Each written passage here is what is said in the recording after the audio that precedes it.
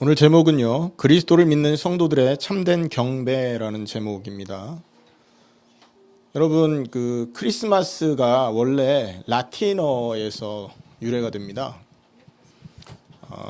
그 라틴어에서 그리스도를 의미하는 크리스투스라는 거, 그리고 나를 의미하는 메세스라는 이 두 개가 합쳐진 겁니다. 그래서 크리스마스, 다시 말하면 그리스도를 예배하는 날. 그러니까 날과 그 예배를 의미하는 마스죠. 그러니까 여러분 천주교에서 미사 드리잖아요.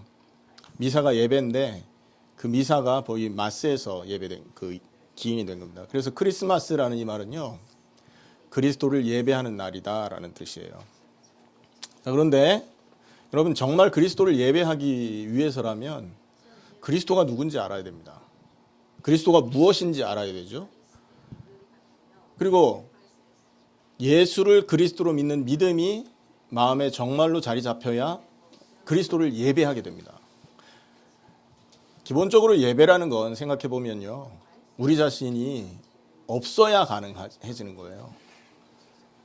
여러분, 우리가 누군가에게 무릎을 꿇고 경배한다는 것은 내 어떤 그 주장과 나를 사랑하는 그 마음을 가지고는 그게 불가능해집니다. 그러니까 내가 없어져야만 진짜 예배가 시작되는 거죠. 그렇게 되려면 그리스도의 의미와 그 사실을 예수가 완성했다라고 하는 이 변하지 않는 그 언약을 믿는 믿음이 자리 잡힐 때에 비로소 예배가 가능해지는 거예요. 근데 많은 사람들이 여기까지 생각을 하지 않죠. 여러분, 크리스마스 제일 떠오르는 게 뭡니까? 쇼핑이잖아요. 크리스마스 제일 떠오르는 게 뭡니까? 여러분, 다른 종교의 기념일들은요, 그래도 예배하고 막 그러지 않습니까? 불신자들도 석가탄신일 날 절에 가기도 하고 막 그런단 말이에요. 그리고 그런데 이상하게 이 크리스마스는요, 세속화돼 버렸어요.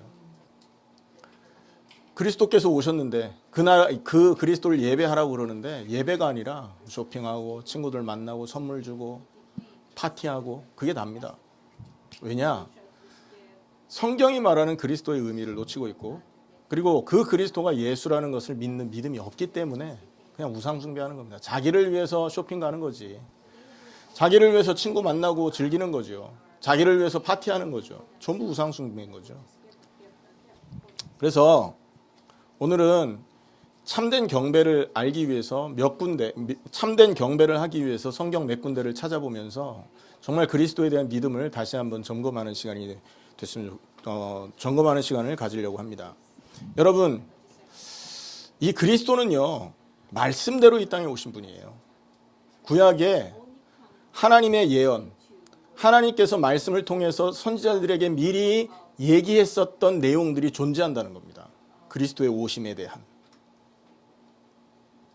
그리스도가 오실 거라는 것을 미리 얘기했어요. 예고하셨다고요. 그 예고, 하나님의 말씀으로 그리스도의 오심을 미리 얘기한 사실을 그 구약의 성도들은, 또 신약의 성도들은 확인한 겁니다. 그래서 무릎을 친 거예요. 맞구나. 예언대로 이분이 오셨고 구약에 예언했던 그 주인공이 바로 예수가 확실하구나. 여기까지 이른 거죠. 자, 그러면 구약 성경에 어디에 그런 예언이 나오는가? 첫 번째는요, 사무엘하 7장입니다. 사무엘하 7장 12절에서 14절에 보면 다윗에게 하나님이 말씀을 주십니다. 뭐라고 말씀을 주시냐? 네가 수완이 차서, 늙어서 조상들과 함께 죽게 될 거다. 조상들의 자리에 네가 누울 거고, 또 그때에 내가 네 몸에서 날 씨를 내 뒤에 세워서 그의 나라를 견고하게 할 것이다. 자, 무슨 말이죠? 그리고 그의 이름을 위하여 그는 내 이름을 위하여 집을 건축할 거고, 나는 그의 나라의 왕위를 영원히 견고하게 하리라. 나는 그에게 아버지가 되고 그는 내게 아들이 될 것이다.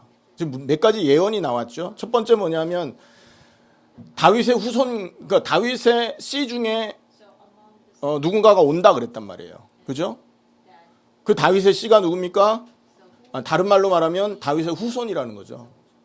좀 더 쉽게 설명을 한다면 다윗의 후손 가운데 하나님의 아들이 태어날 거다라는 얘기를 하고 있는 겁니다. 다윗에게 말한 거예요. 다윗 살아 있습니다. 그 다윗에게 네 아들 가운데, 네 후손 가운데 아들이 올 거다. 그 아들에게 나는 아버지가 되고 그는 나를 아버지라 부를 것이다. 그는 나의 아들이 될 것이다. 합쳐서 무슨 말입니까? 다윗의 아들 가운데, 다윗의 후손 가운데 하나님의 아들이 올 거다라는 얘기잖아요. 그죠? 그리고 또 예언을 합니다. 그리고 뭐라고 얘기하냐? 그는 참된 왕이 될 것이고 그의 통치는 영원히 이를 것이다. 이게 사무엘 하에 있었던 첫 번째 예언입니다. 다윗의 후손 가운데 아들이 올 거고 그 아들에게 나는 아버지가 되고 그는 나의 아들이 될 것이다. 그리고 그 아들은 온 세상을 다스릴 참된 왕이 될 것이다. 그 통치는 영원히 지속될 것이다. 솔로몬처럼 뭐 40년, 몇 년, 어떤 왕처럼 50년, 60년 이게 아니에요. 영원히 지속된다는 거죠. 그의 왕권이. 이 예언을 하나님이 주신 겁니다. 또 이사야 9장 6절에서 7절에 보면 여러분 그리스도가 이 땅에 오신 것이다, 오실 거에 대한 구약 예언은요. 성경에 400번 이상 나옵니다. 어떤 신학자는 300번 이상이다. 또 어떤 신학자는 457번이다. 이렇게 말하거든요. 그러니까 구약에 메시아가 오실 거에 대한 예언은 많이 있습니다만 오늘은 그 중에 몇 가지만 좀 추려서 이 말씀대로 오신 분이 바로 그리스도라는 것을 강조하려고 하는 거거든요. 이사야 9장 6절 7절에는 어떤 예언을 주시냐면 그 아들은 어깨에 정사를 메고 그리고 그 이름은 기묘자라 모사라 전능하신 하나님이라 영존하신 아버지라 평강의 왕이라 할 것이다. 9장 7절에 보면 그 정사와 평강의 더함이 무궁하며 또 다윗의 왕자와 그의 나라에 군림하여 그 나라를 굳게 세우고 지금 이후로 영원히 정의와 공의로 그것을 보존하실 것이라. 만군의 여호와의 열심히 이를 이루리라. 자, 아들이 온대요. 그 아들에게는 뭐가 있답니까? 정사가 있답니다. 왕이라는 거죠. 그러니까. 그리고 그 이름은 기묘자. 기묘자는 영어로 원더풀이라는 말입니다. 그 다음 모사, 카운셀러라는 말이에요. 어떤 사람은 그래서 이걸 합쳐서 굉장한 지혜의 하나님이다 라고 말을 합니다. 합쳐서. 그분이 다윗의 후손 가운데 올 거다라는 게 지금 여기 이사야 9장에도 예언이 되어 있는 거죠. 여러분 잘 아시다시피 이사야 7장 14절에 또 하나의 예언이 나오죠. 그는 어떻게 오십니까? 처녀의 몸에서 나서 우리 백성들이 하나님을 만나게 길이 될 것이다 라는 예언을 하십니다. 이사야 7장 14절에 그러므로 주께서 친히 징조를 너희에게 주실 것이라. 보라 처녀가 잉태하여 아들을 낳을 것이요 그 이름을 임마누엘이라 하리라. 자, 이 예언들을 정리해 보면요. 사무엘 하에서는 다윗의 후손 가운데 하나님의 아들이 올 거다라는 예언을 하신 겁니다. 맞죠? 자, 그 하나님의 아들로 오실 그분은 이스라엘의 왕이 되고 그 왕권은 영원할 것이다. 이게 지금 사무엘에서 하신 예언입니다. 자, 이사야서에서의 예언은 뭡니까? 그분은 여자의 몸에 잉태될 것이고, 그러니까 이 세상 사람들이 아빠 엄마 결혼해서 태어나는 방식이 아니라 여자의 몸에 성령이 잉태를 해서 남자 없이 태어날 것을 말하는 겁니다. 그리고 그분은 하나님이 될 것이다. 하나님의 아들이시면서 하나님이다라는 거죠. 또 처녀의 몸에서 태어나서 인간이 하나님을 만나게 하실 분이다. 그분이 다윗의 후손 가운데 올 거다라는 얘기. 이런 예언이 계속됐었던 겁니다. 300회 이상, 400회 이상. 구약 내내. 자, 그러다가 2000년 전 어느 날 한 여자에게 어떤 사건이 벌어진 거예요. 오늘 우리가 본문을 읽었습니다. 천사가 나타났죠. 누가복음 1장 30절에 보면 보세요. 천사가 이르되 마리아야 무서워하지 말라 네가 하나님께 은혜를 입었느니라. 마리아라는 여자에게 천사가 나타나서 말을 해주는 거예요. 뭐라고 말합니까? 네가 아들을 낳을 것이다. 이 여자는 지금 어떤 상황이냐? 남자를 알지 못하는 여자예요. 남자와 결혼을 한 적이 없어. 그래서 아기를 낳을 수가 없는 사람이에요. 물론 요즘에는 뭐 결혼 전에도 아기를 낳는 사람들도 많습니다만 아기를 낳을 수 있는 성관계가 없었던 여자라는 거죠. 그런데 처녀인데 천사가 말하는 거예요. 너에게 아들이 있을 거다. 그러니까 어찌 그런 일이 있을 수 있습니까? 그렇게 당황하고 있을 때 그 천사가 한마디를 더 해줍니다. 그는 큰 자가 될 거다. 그리고 지극히 높으신 이의 아들이라 일컬어질 것이다. 자, 지극히 높으신 이의 아들이라 일컬어질 거다. 지극히 높은 자가 누구예요? 하나님 아닙니까? 하나님의 아들이라 일컬어질 거다라는 예언을 천사가 한 거예요. 이건 예언입니까? 확인입니까? 천사가 마리아에게 이 말을 했단 말이에요. 이 말은 마리아에게 확인을 해준 겁니다. 무엇을 확인해 줬어요?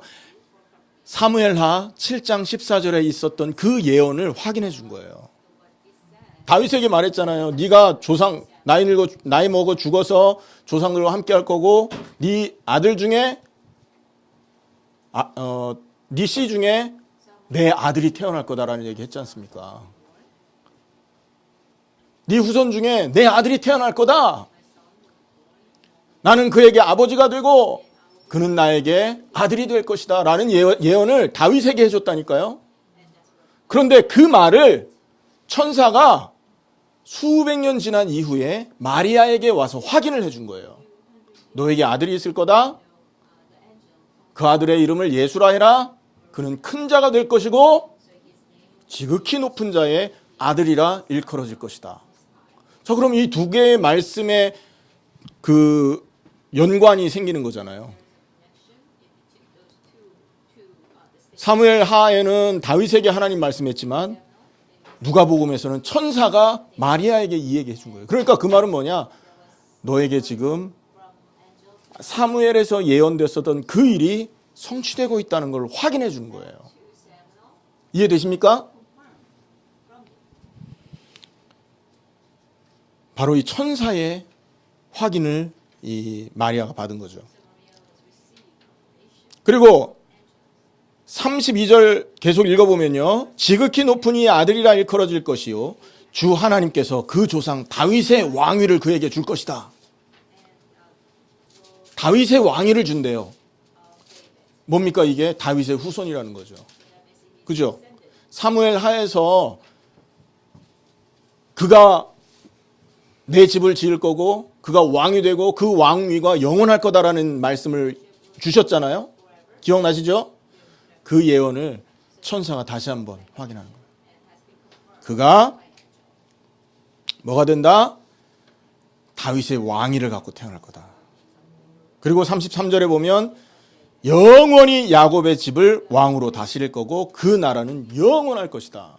천사의 말을 종합해 보면 마리아의 뱃속에 잉태되어 있는 이 예수라는 아기는 어떤 사람이라 어떤 분이라는 거예요? 첫째, 다윗의 아들이라는 거예요. 다윗의 후손. 예언대로. 두 번째, 예언대로 그는 하나님의 아들이라는 겁니다. 하나님은 아버지가 되고 그는 아들이 되고. 세 번째, 그는 왕이시고 그의 통치는 영원히 지속된다는 거예요. 여러분, 이때부터 지금까지, 물론 그 전부터겠지만 이 예언 이후부터만 생각해 보더라도 지금 이 땅의 왕은 누구란 얘기입니까? 그러면 지금 이 땅의 진짜 왕은 누구예요? 예수라는 말이에요. 그리스도가 참된 왕 아닙니까? 세상의 모든 왕들이 그리스도 멸시하고 그리스도를 거부할지라도 하나님은 누구를 왕으로 인정했냐? 예수 그리스도를 왕으로 인정합니다.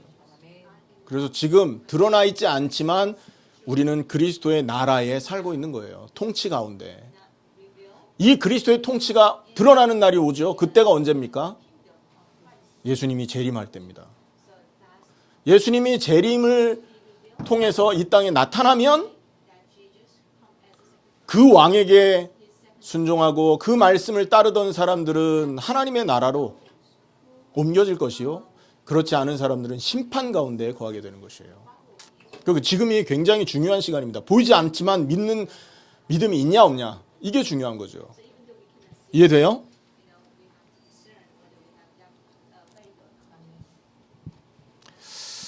자, 그리고요, 천사가 마리아에게만 이 얘기를 한 게 아닙니다. 누가복음 1장 8절에서 15절에 보면 목자들에게까지 나타나서 메시아가 예언대로 오셨다는 것을 가르쳐 줍니다. 그 지역의 8절입니다. 1장 8절에, 누가복음 1장 8절에 보면 2장 8절에 보면 그 지역의 목자들이 밤에 밖에서 자기 양떼를 지켰어요. 주의 사자가 그런데 그 옆에 선 겁니다. 주의 영광이 그들을 두루 비추매 크게 무서워한지라. 10절에 보면 천사가 이르되 무서워하지 말라. 보라, 내가 온 백성에게 미칠 큰 기쁨의 좋은 소식을 너희에게 전하노라. 오늘 다윗의 동네에 너희를 위하여 구주가 나셨으니 곧 그리스도 주시니라. 하나님의 아들로 오실 분, 다윗의 왕위를 이어받으신 그분,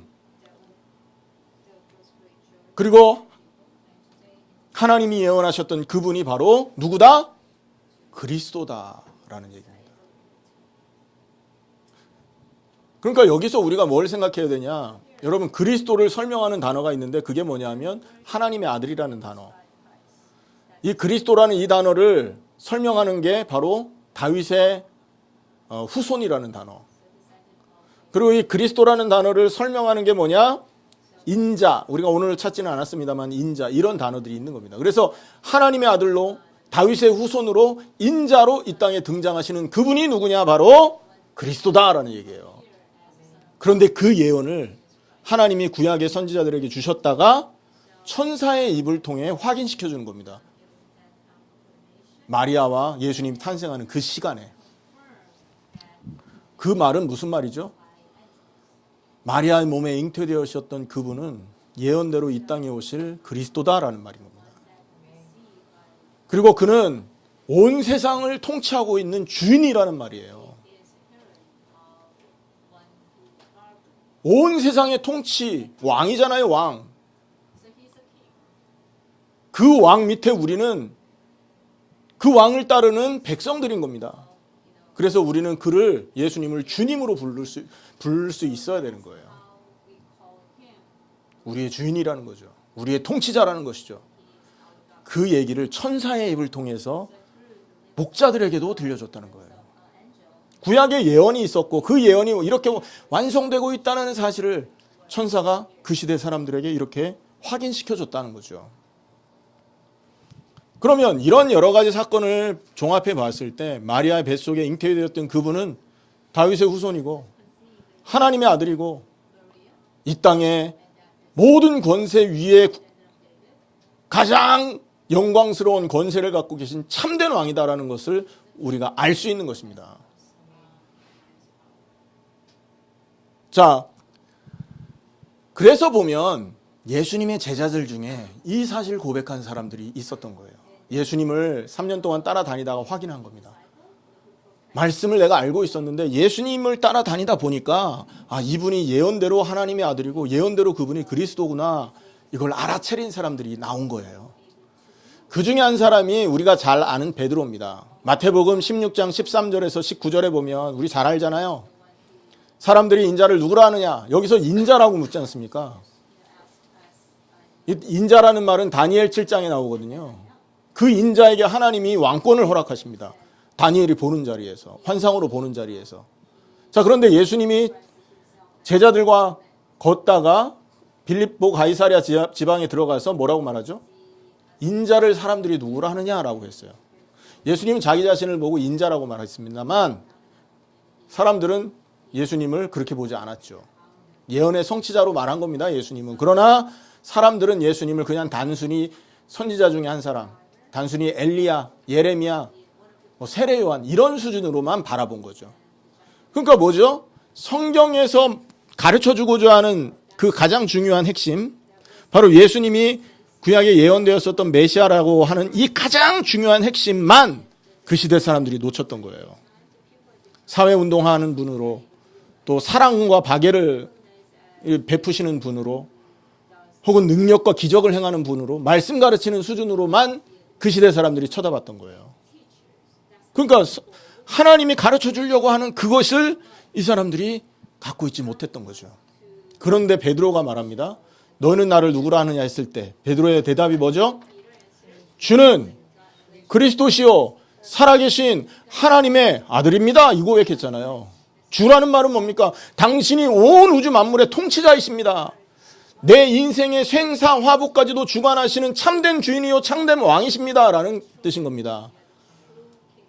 주는 그리스도시요, 이 말은 뭐예요? 구약에서부터 기름 부음 받아서 세웠던 모든 죄를 해결할 참된 제사장이요, 하나님을 만나게 할 참된 선지자요, 모든 사단의 권세를 깨뜨리고 온 세상을 통치하고 다스릴 참된 왕입니다라는 얘기를 했던 겁니다.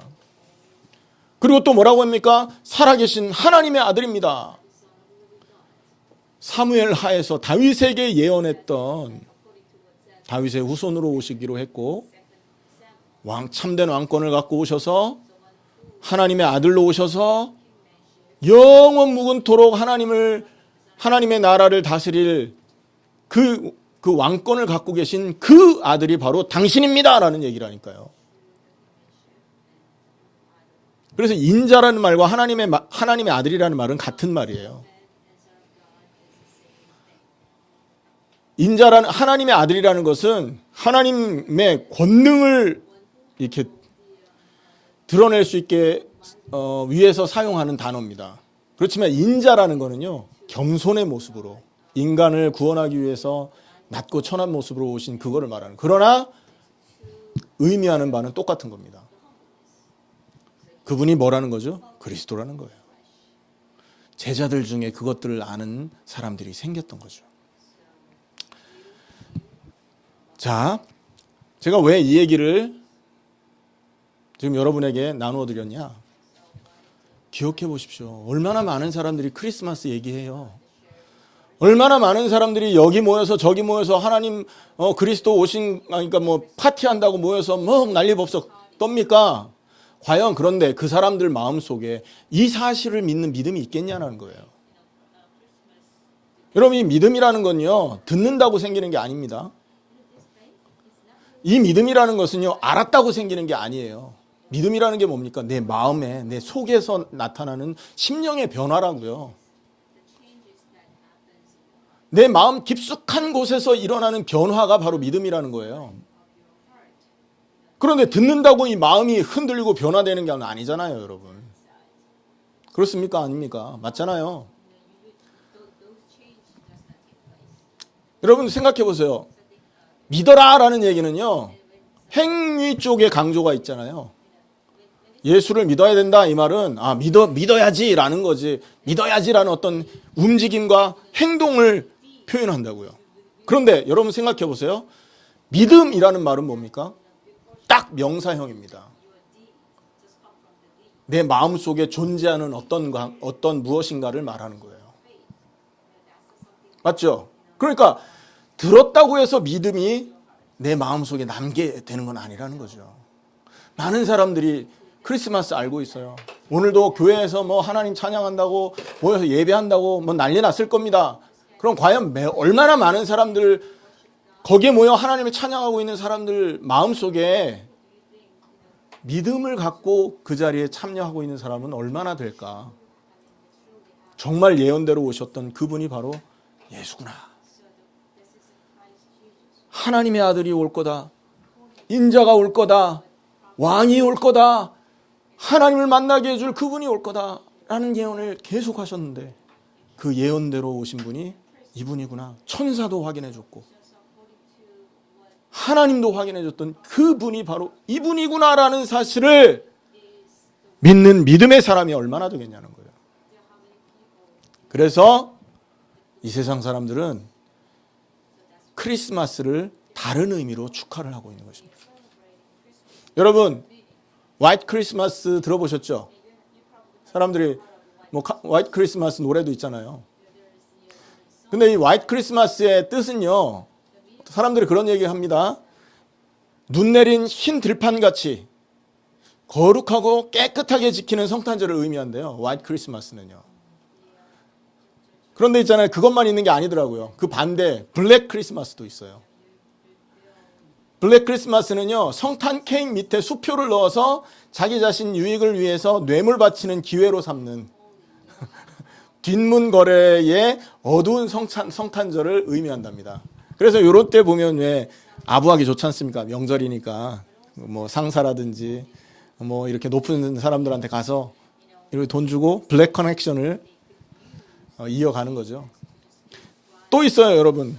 핑크 크리스마스도 있다네요. 핑크, 음란한 밤을 지내는 거예요. 그래서 거룩할 성자의 성탄이 아니라 남녀의 그 성관계를 의미하는 성탄인 거죠. 그걸 핑크 크리스마스라고 한답니다. 또 옐로우 크리스마스도 있다네요.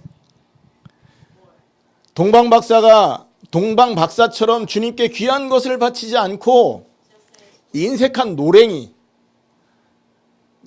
한국말인데 그 구두쇠 있잖아요. 구두쇠를 우리는 노랭이라고 하는데 영어로는 노랭이가 옐로우 아닙니까? 그래서 옐로우 크리스마스라고. 그러니까 하나님 앞에 인색하게 바치지 않고 자기를 드리지 못하는 성탄절, 옐로우 크리스마스라네요. 또 하나가 더 있어. 그레이 크리스마스. 밤새도록 술 취한 사람들이 길거리를 헤매고 다니는 성탄절을 그레이 크리스마스라고 한답니다. 온 세상이 회색빛이지, 술 취해서. 이런 식의 성탄절로 타락을 했다. 왜 그렇습니까? 예수가 하나님의 예언대로 오신 그분이라는 사실을 들어본 적도 없고, 들었을지라도 마음으로 그 믿음을 갖고 있지 않기 때문에 성탄절을 이렇게 보내는 겁니다. 예수님 지금 시대만 이렇게 했습니까, 여러분?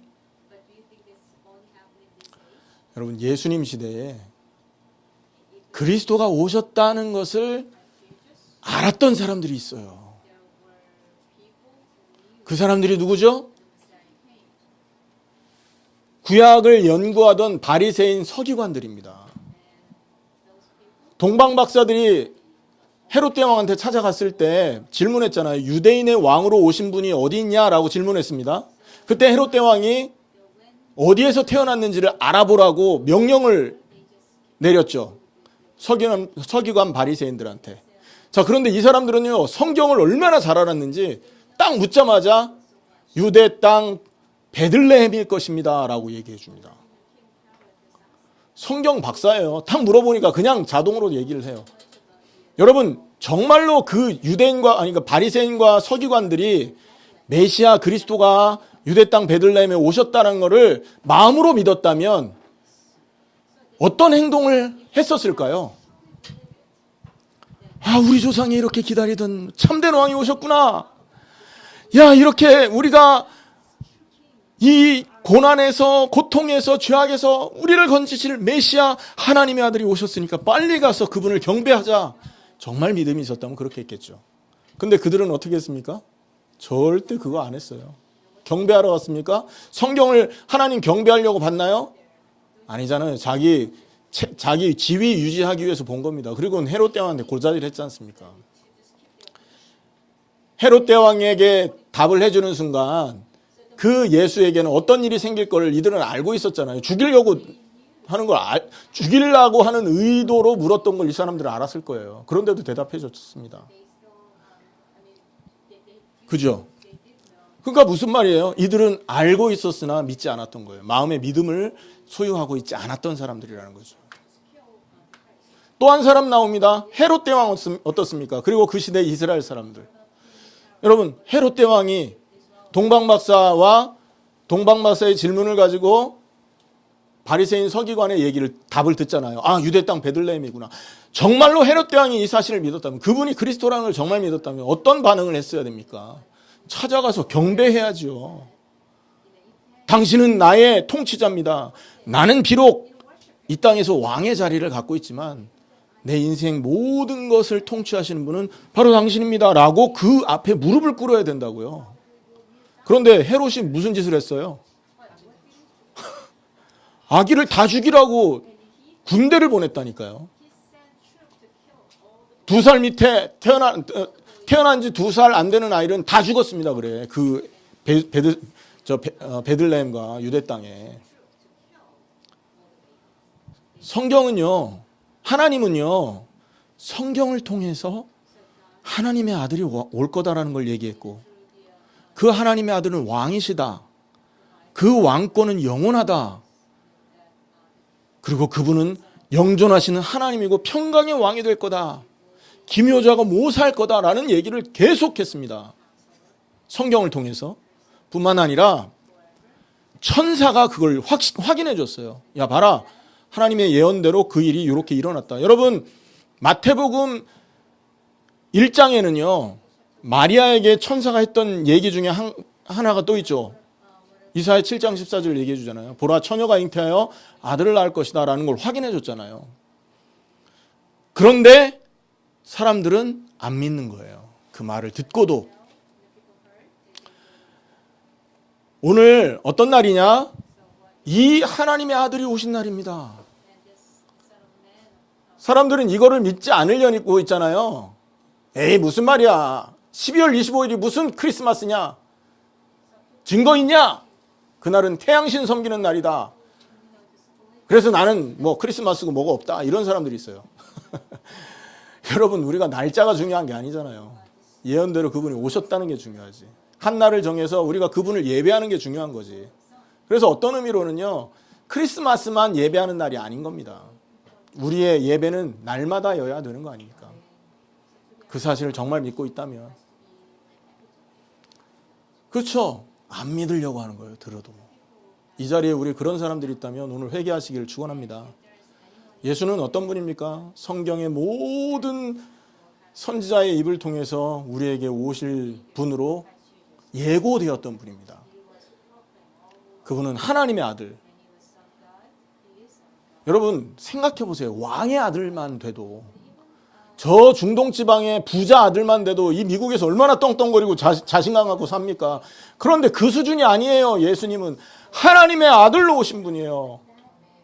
인간의 문제를 해결하고 모든 저주를 해결하기 위해서 육신을 입고 하늘 보자 버리고 낮고 천한 이 땅에 종의 모습을 가지고 오신 분이라고요. 그분이 무슨 영광을 보겠다고 이 땅에 왔겠습니까? 이 땅에 오는 순간 고통인데. 그런데 그 모든 고통을 알면서도 우리 때문에 낮고 천한 자리에 오신 거예요. 왕이 오셨는데, 그것도 하나님의 아들이 오셨는데, 영원한 왕권을 가지신 그분이 이 땅에 오셨는데 마국간에 태어났다고요. 왕궁에 오셔서, 여러분 아기가 태어나면 기본적으로 강보를 이렇게 보자기를 싸고 아주 깨끗한 곳에 눕히려고 하는 게 부모의 본능 아닙니까? 왕의 아들로 태어났어요. 하나님의 아들입니다. 하나님의 마음은 그래도 예수님을 영광스러운 자리에 올리고 싶었을 것입니다만 인간을 위해서 가장 낮고 천한 자리에 던져놓으신 거예요. 한 사람도 소외당하지 말라고. 저 낮고 저 천한 자리에 있는 사람조차도 구원해내야 되니까 그 자리까지 예수님 밀어넣으신 거예요. 자기 아들을. 여러분 그 의미를 정말로 안다면 오늘 우리가 무슨 선택을 해야 되겠습니까? 동방박사와 목자들의 선택, 그리고 마리아가 했던 선택을 해야 됩니다. 동방박사가 여러분 별을 보고 찾아왔잖아요. 그들은 구약 예언을 알고 있었던 사람입니다. 여러분 이 동방박사, 동방은 어디를 말하냐면 메데파사, 페르시아 지역을 말해요. 근데 여러분 기억하시죠? 고레스 왕 때에 하나님의 예언이 그 고레스 왕에게 성취되어서 이스라엘이 어떻게 됩니까? 해방을 받잖아요. 페르시아에서. 그 해방과 함께 2차 성전 스룹바벨 성전을 만들었는데 그 고레스 왕이 하나님을 믿기 시작합니다. 그때부터. 이미 고레스 태어나기 수백 년 전에 고레스라는 왕이 너희를 해방할 거라는 예언도 하나님 하셨잖아요. 그걸 선지자 통해 듣고 나니까 고레스가 정신이 번쩍 든 거예요. 아니 그래?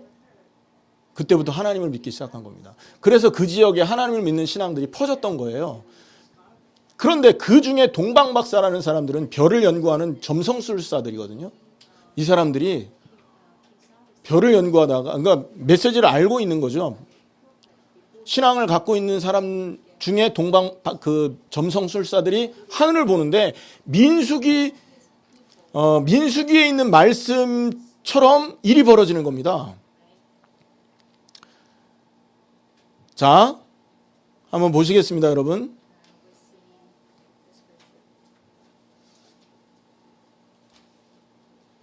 잠깐만요.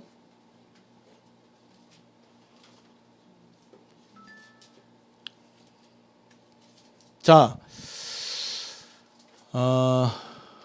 보자. 민수기에 보면, 잠깐만요. 예, 민수기 24장 17절에 이런 말씀이 있어요. 내가 그를 보아도 이때의 일이 아니며 내가 그를 바라보아도 가까운 일이 아니로다. 한 별이 야곱에게서 나오며 한 규가 이스라엘에게서 일어날 것이다 라는 예언이 있어요. 24장 17절에 보면요, 한 별이 야곱에게 나올 거다. 그리고 한 규가 이스라엘에게서 일어날 거다. 구약 예언을 알고 있던 동방박사들이었었는데, 이 예언을 알고 있던 사람들이었는데 별 중에서 이상한 징조가 일어나는 거죠. 물론 이게 다른 의미로도 해석될 수 있습니다만 별에게 징조가 일어나는 걸 보고 이들이 그 별을 따라 올 수밖에 없었던 것입니다. 정말 그들 마음속에는 뭐가 있었던 겁니까? 하나님 예언대로 이스라엘의 별로 태어날 그분이 바로 이분이구나 라는 것을 그들에게는, 그것을 믿는 믿음이 그들에게는 있었던 거예요. 그래서 그들은, 여러분 얼마나 먼 길입니까? 걸어오면서 얼마나 많은 일들을 당했겠습니까? 배고팠을 것이고, 여러분 목말랐을 것이고. 그런데 그들은요, 황금, 유향, 몰약을 가지고 하나님 앞에 나아갔던 겁니다.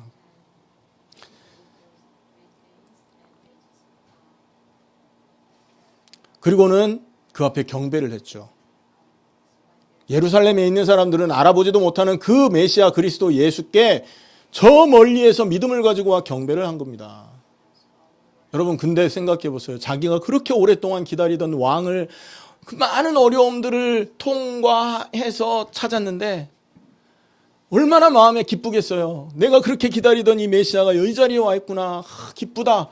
근데 또 한편으로 그 영광스러운 하나님의 아들이 영광스러운 자리에 있지 않고 마구간, 냄새나고 더럽고 추한 그 자리에 누워있는 사실을 보고 얼마나 마음이 안타까웠겠습니까?